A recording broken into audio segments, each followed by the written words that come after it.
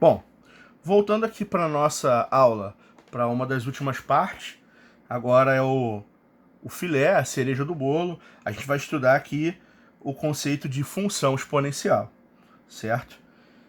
Que são expressões exponenciais, só que para trabalhar com funções, onde a gente traça gráficos, gera pares ordenados, tá? Já um conceito diferente de equação. Tá? Então, em primeiro lugar, uma função exponencial é toda função na forma f de x igual a vezes b elevado a x, onde a e b são números reais, sendo que esse a aqui ele sempre tem que ser diferente de zero, e esse b aqui ele sempre tem que ser positivo e diferente de 1. Por quê? Porque b elevado a x é uma exponencial. Então tem que atender a condição da base ser positiva diferente de 1 também. Tá? Então a gente diz que a é uma constante e b é a base da exponencial. Um resultado bem interessante é que esse a, essa constante que ela acompanha a função, ela é facilmente obtida se eu substituir o x igual a zero na fórmula da f de x. Então eu vou ter o quê? Que f de zero é igual a vezes b elevado a zero. Só que como b é um número não nulo, todo número não nulo elevado a zero vai dar 1. Então vai ficar a vezes 1, que é o próprio a. Logo, esse a que está aqui, ele é a imagem da função quando x vale zero. Agora, outro ponto muito interessante é que toda função exponencial tem domínio real. Isso significa que não existem restrições com relação aos números que eu posso substituir na fórmula. Dá para calcular imagem para a função exponencial de qualquer número. Pode ser número positivo, negativo, zero, quebrado, inteiro, não importa.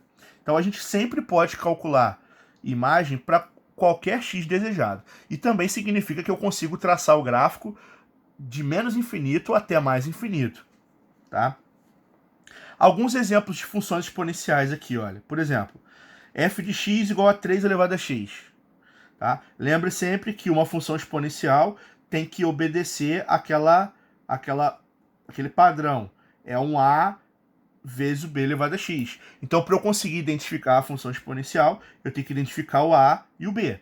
Então, nesse caso aqui, como não tem um número na frente, a gente considera que o a vale 1 e o b vale 3. Um outro caso aqui, ó. G de x é igual a 7 vezes 2 elevado a x mais 1. O que eu vou fazer? Eu vou pegar 2 elevado a x mais 1 e eu vou abrir como produto de duas bases 2.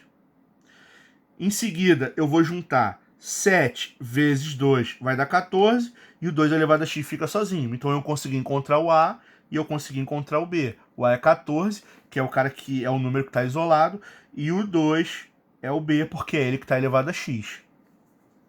Outro caso aqui, ó. H de x é igual a 5 vezes 4 elevado a menos x. O que eu vou fazer? Eu vou pegar esse 4 elevado a menos x e eu vou inverter porque o expoente é negativo. Então, em vez de 4, eu vou colocar 1 quarto. Logo, eu também consigo achar o a, que é 5, já estava claro desde o início, e o b é 1 quarto.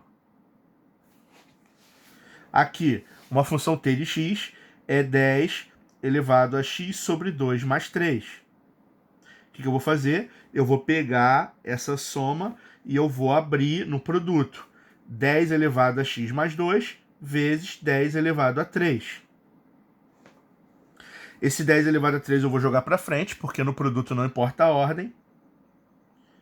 Tá? E esse x eu vou jogar para o lado de fora. Então eu vou ficar com 10 elevado a meio elevado a x, porque eu posso multiplicar aqui, isso aqui vai dar x sobre 2. Por que eu fiz isso?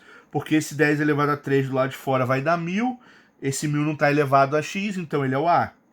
E 10 elevado a meio, elevar a meio é uma outra maneira de falar raiz quadrada. Então raiz de 10 é a minha base. Então eu tenho a igual a 1000 e raiz de 10 igual a b. Então, assim, por mais que pareça estranho, sempre vai conseguir ser escrito naquela forma. Então, para fechar aqui, olha só. V de x. 2 vezes 3 elevado a 2x menos 1. O que eu vou fazer aqui? Eu vou abrir esse cara. Isso aqui vai dar 2 vezes 3 elevado a 2x vezes 3 elevado a menos 1. O 2 e o 3 elevado a menos 1 eu vou juntar. 2 vezes 3 elevado a menos 1. E esse 2 eu vou jogar para fora. Não, esse x eu vou jogar para fora, melhor. Vai ficar 3 ao quadrado elevado a x. Tá? Dessa primeira parte, o 3 desce, eu vou ficar com quanto? 2 terços. E 3 ao quadrado é 9 elevado a x. Eu consegui identificar quem é o a, que é a fração 2 terços, e quem é o b, que é o número 9.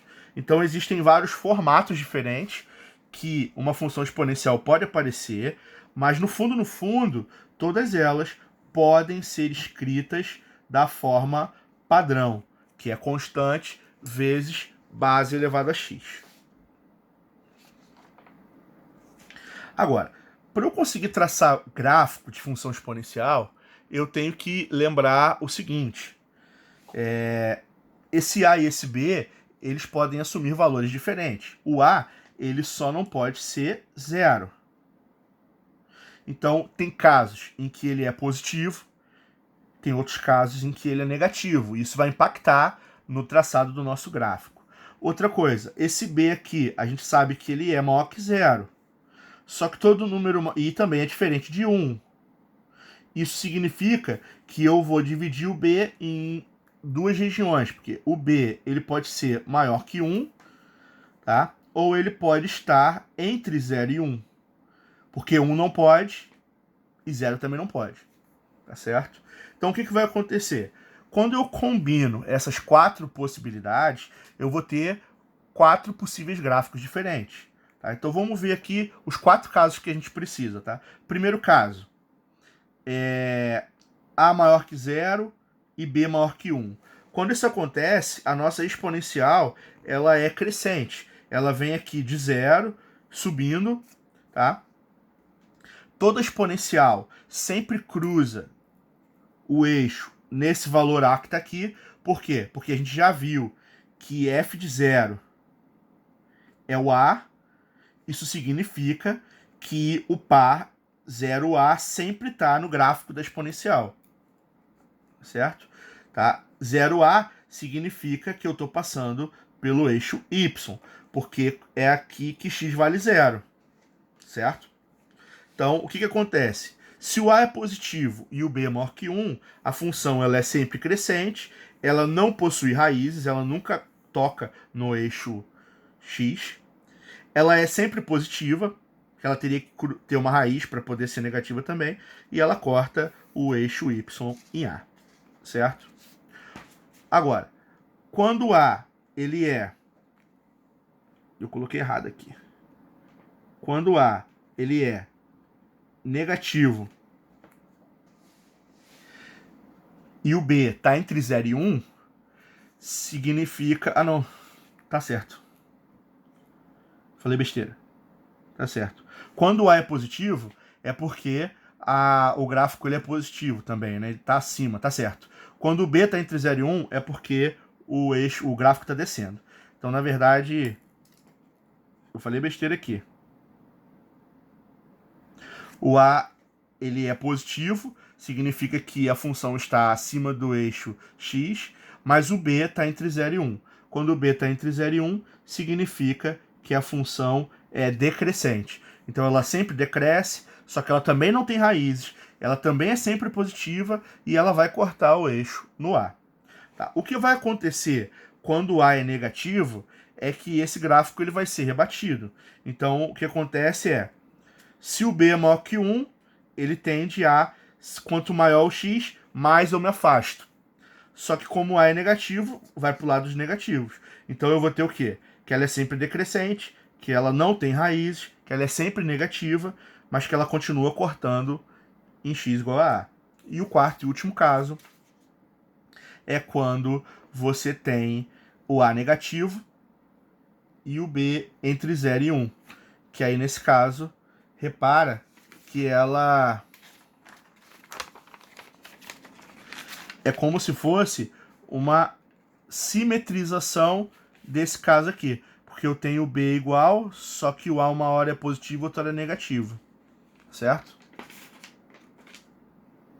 Então é isso. A função ela é sempre crescente, não tem raízes, e ela é sempre negativa. Tá? Então, coisas que são importantes e que nunca vão mudar, independente de quanto vale A e B. Tá? Toda função exponencial não tem raízes e ela sempre corta o y em A. Certo?